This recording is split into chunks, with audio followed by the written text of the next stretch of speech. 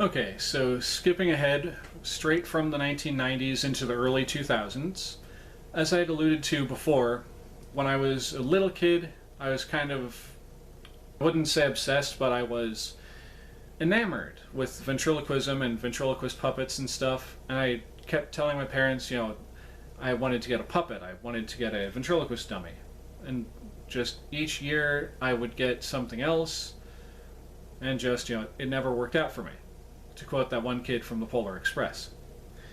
At least in that regard. There were other reasons why it didn't work out for me, but that's a video for another time. So, eventually, rolling into, like I said, the early 2000s, I finally got a puppet for my birthday? Yeah, it was for my birthday. Technically it was a few days later because my parents mail ordered the thing. But I did fine-friggin-ly get my hands on one.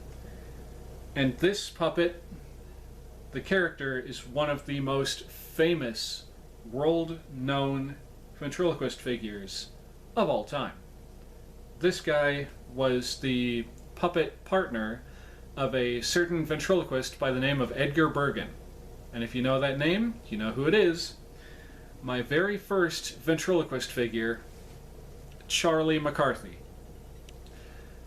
Now, as you can tell, this is not the right outfit. And if you got that right away, well, congratulations. Good on you. He does have his full original outfit. Groucho Marx is currently wearing his dickie and his pants, and Mortimer Snerd is wearing his suit jacket, but he's got his monocle, and he's got his shoes. Oh, and his hat, unfortunately, got crushed over the years, so I still need to get a replacement for that. But this was my, technically, childhood Charlie McCarthy. One of the things that was a big letdown, though, is the fact that the company that produced this particular Charlie, they did a pretty poor job of it. Like, they underfilled him, or whatever kind of stuffing they used is just, they didn't use enough of it. Whenever you go to try and do anything with him, his head slumps every time, and then when you go to hold him up and pull the string, it just kind of flops around like that. It's unfortunate. I'm planning at some point to actually go on in and remove the head, add more stuffing, just do a couple things to try and make him a little better, because everything else about the figure is pretty nice. His mouth moves nice and smoothly, like that. His monocle still fits in his head. Considering this is a more modern Charlie McCarthy puppet, that's to be expected. The only thing that, like I said, really sucks about him is just the fact that they underfilled his torso so badly. This is kind of pathetic. No offense, Charlie. Sorry. So yeah, that is my Charlie McCarthy ventriloquist puppet from when I was a kid. Quote unquote. Next, we're going to move right on to Charlie McCarthy's partner in crime, Mortimer Snerd. Now, for Mortimer here, this is kind of an interesting story. When I first purchased him, he was a Goodwill find. He's the only ventriloquist puppet I have ever found at the Goodwill. He was wearing his original pants. He was wearing this dog shirt that says Dogtona 500 on it. And he had nothing else with him. And when I purchased him from that Goodwill, he was in this Howdy Doody carrying tote. And yes, it's a Howdy Doody tote. You can tell because it still had the original cardboard, which is supposed to be attached right up there, but it kind of came off since I've owned him. And I picked this figure in this bag from the Goodwill for a grand total of $15-inos. You can't buy these things online for $15. Like I said, he didn't have any shoes. He didn't have... the other thing, he did still have his original dickie, which, as I showed you before, Laurel is currently wearing. But that and the pants were the only pieces of his original outfit that he still has at this point. And like I said, he's currently wearing Charlie McCarthy's suit jacket. And his mouth still works great, all things considered. He's got good paintwork on his face. And I believe he was actually made around the same time as that Charlie McCarthy, although the doll manufacturer that created this one is using an original 1968 Mortimer Snerd ventriloquist doll mold. You can tell because they still have, oh, is it Juro? Yeah, Juro Novelty 1968 printed right there at the base of his neck. But obviously this guy is not from the 1960s. He looks way different than the Mortimer Snerds that were released at that time. Don't you, Morty? Yup. You could say that again. But please don't. Alright then. For your sake, I won't. And for the sake of the viewer. Now then, since I've shown you Mortimer and Charlie McCarthy, and everyone else... Oh, this is another thing to point out. Like I said about Charlie there, they underfilled him. This Mortimer Snerd was from the same era. And he's fairly decently stuffed. You know, his head doesn't just flop around. It's a little bit floppy, but it's not like, you know, you pick him up and then flop. See? So I'm definitely at some point going to do some work on that Charlie McCarthy and try and make him a little bit better. Now, moving on to the next figure in the collection. So give me just a moment, and I'll bring him out for you.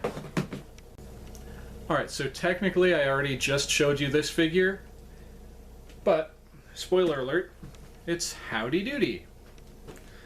This guy I picked up off of eBay, along with his smaller twin brother, because for whatever reason, the company that made that Howdy Doody decided to make him in two different sizes. Like this one right here is about the size of what Lester will be when I eventually get a Lester puppet. And of course, Howdy here is the standard size.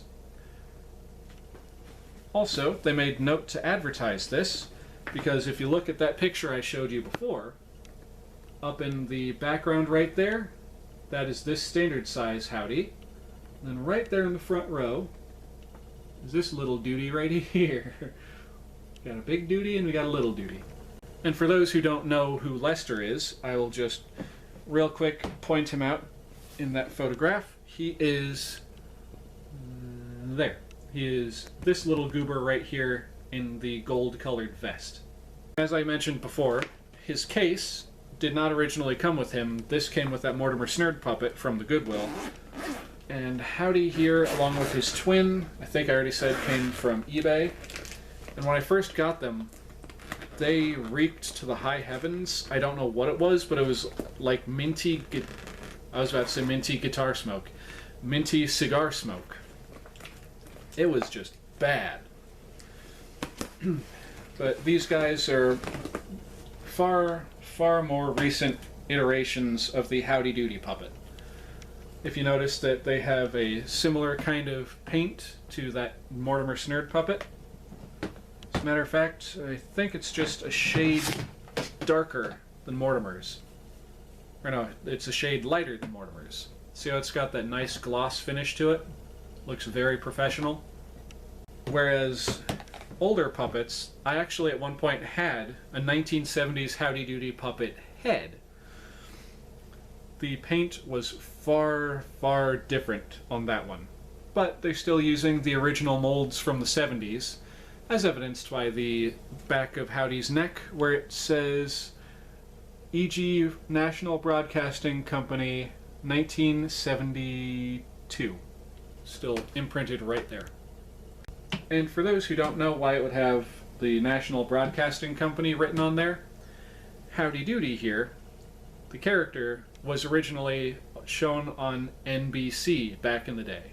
And for those who didn't know what NBC stood for, that stands for the National Broadcasting Company. So now you know. Now Howdy here, when I got him, I believe he still had his original boots with him, and that's what I was getting at with Bozo before, because you saw the boots I held up that are currently being sold as replacement Bozo the Clown and Howdy Doody boots are literally just Howdy Doody's boots.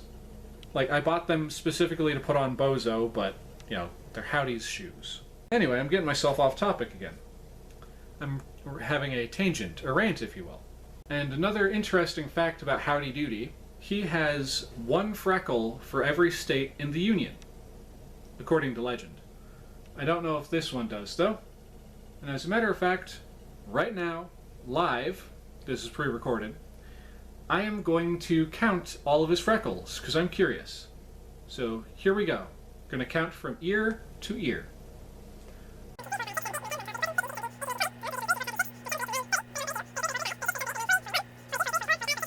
Okay, he's got more than 50. How many states do you think there are, Howdy? 51, 50. So apparently there are 86 states in the United States, according to his head. Now I'm curious if the little one has an accurate count, because, you know, it's a smaller head, there's not as much room to put freckles on this one. So bear with me, folks, because here we go again. Counting from ear to ear. 1, 2,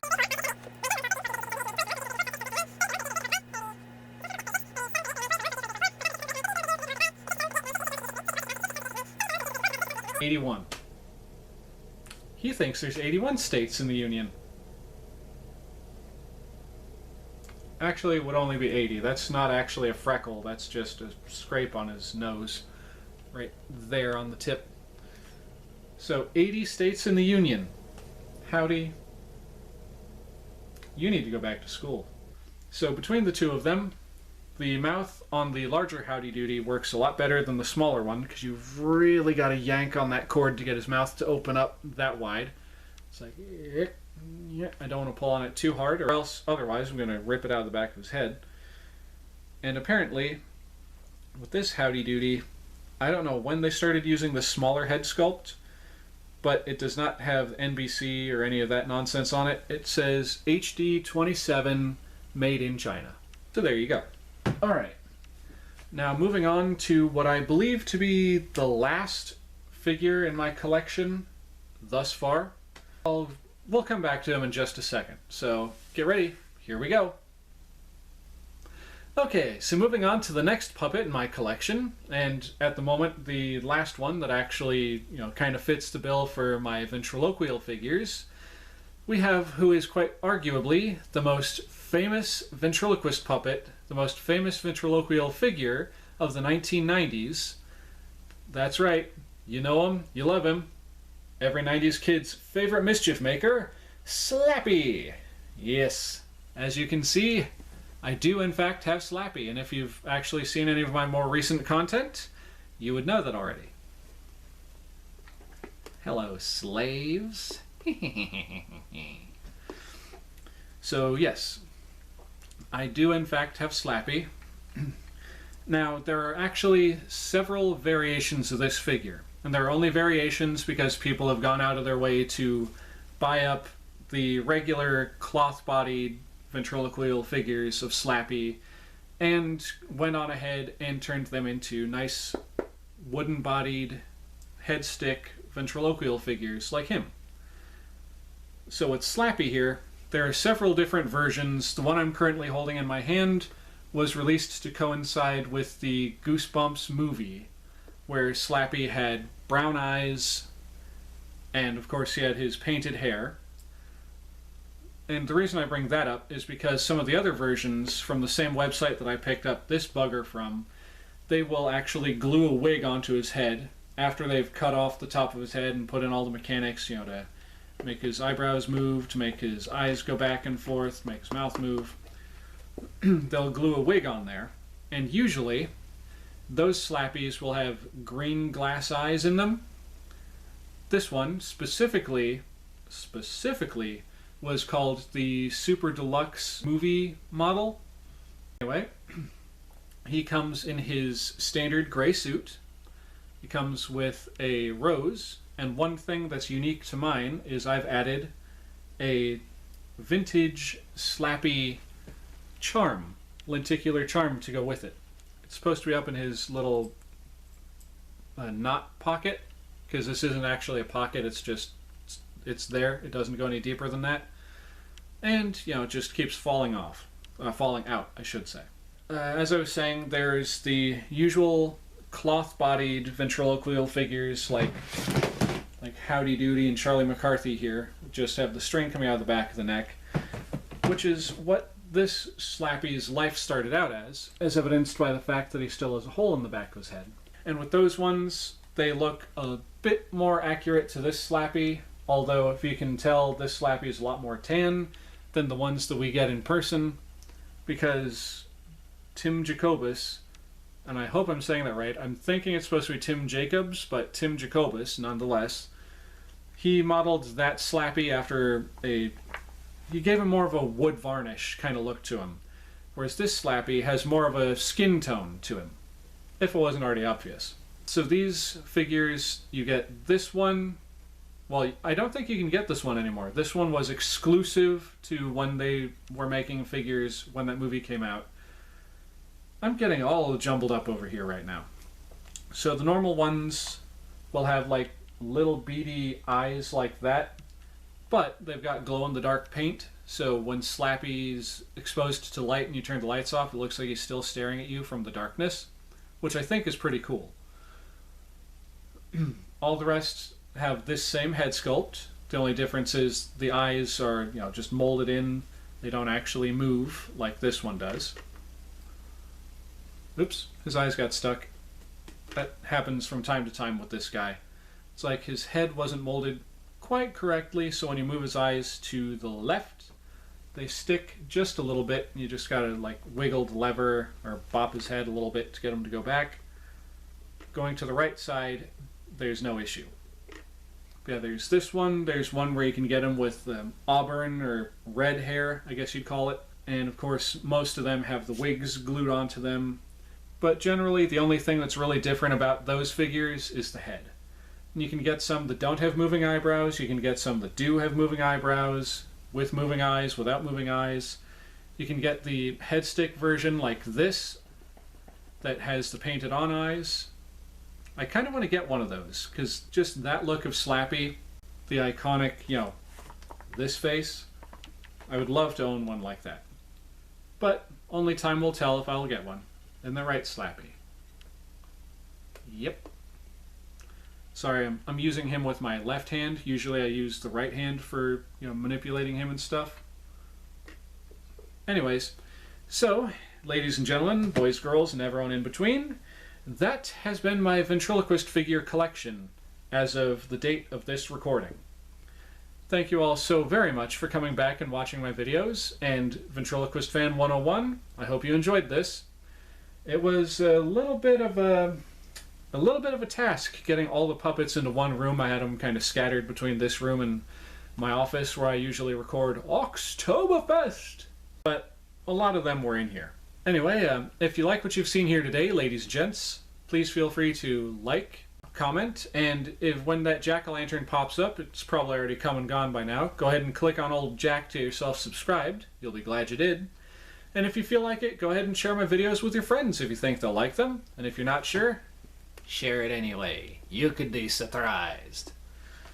And on behalf of myself, Slappy, all the Jerrys, Knuckleheads, the Howdies, Mortimer Snerd, Laurel Hardy, Groucho, Pee-wee, Charlie McCarthy, the Willie Talks, Cat Dog, Sparky, Bert and Ernie, and all the other ventriloquial figures and other puppets that I own, thank you very much for watching.